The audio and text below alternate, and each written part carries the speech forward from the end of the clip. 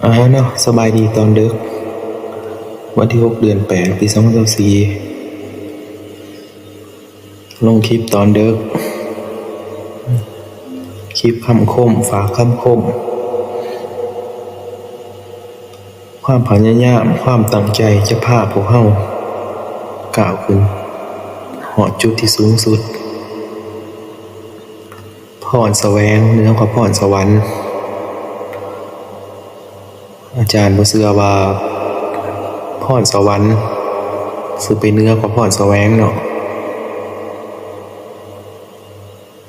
มีแต่พรสวรรค์บ่มีพรแสวงก็อยู่แต่จุดเก่าบ่มีพรสวรรค์แต่มีพรแสวง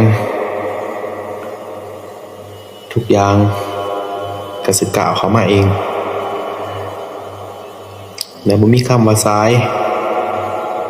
สำหรับการทำเฮียนตัวอย่างในวิดีโอไอ้สิงห์อายุ41 ปีแล้วเพิ่นก็ลงมาสมัครเฮียนตัดผมทรายเดินทางมาแต่ไกลอยู่สวรรณเขตเนาะฉะนั้นแบบบ่มีคำว่าสายสำหรับการทำเฮียนสำหรับการหาความรู้บ่มีคำว่าสาย